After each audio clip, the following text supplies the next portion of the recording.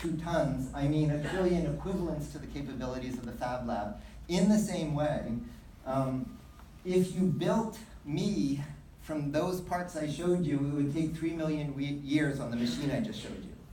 And that's a long time to wait for output. So if you do it the way biology does, it's 1 second.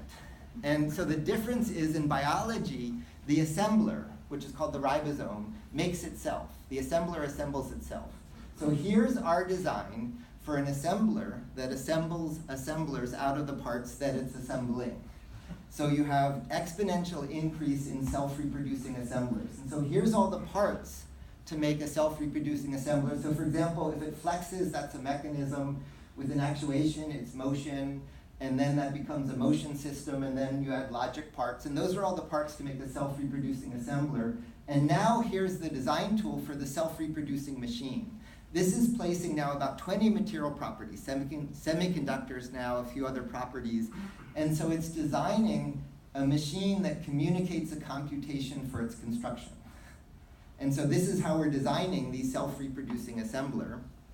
And what's interesting is they were the fathers. This is engendered. The fathers of computing, birth at its origin, Alan Turing and John von Neumann. The last things they did was study exactly this. Turing studied how genes give rise to form. And von Neumann studied self-reproducing machines. He wanted to understand life, and he did it by studying how a machine, how a machine communicates a computation to construct itself.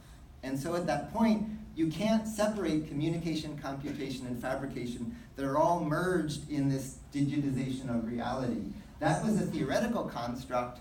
We're here today because we can actually do it. So now, this is bonus material for the movie The Martian, where 20th Century Fox wanted to know how you really bootstrap a civilization on Mars.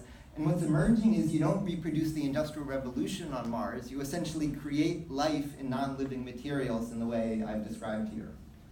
So here's where we are. The internet went from 1 to 1,000 to 1,000,000 to 1,000,000,000 to 1,000,000,000,000. Literally, the Nest has the computing capability of the mini computer that I started on. The cost went from 100,000 to 1,000,000 to 100,000 to 10,000 to 1,000 to 100 to 10. And that was about 50 years of scaling.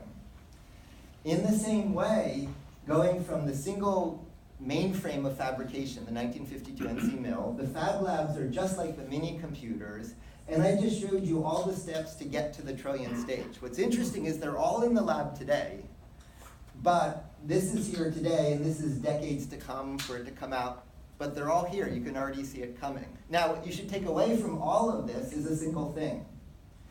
This point is when micro-soft got started. And this is when the Homebrew Computer Club got started. And the thing called the internet got started. And this idea of video games. All of those things happened at exactly this point, and this is exactly where we are today. So we're in the process of inventing what is the internet, what is micro-soft for this new world, and preparing for this 50-year of scaling. So with that, this is where I stop. My talk's over, everybody claps, and I ask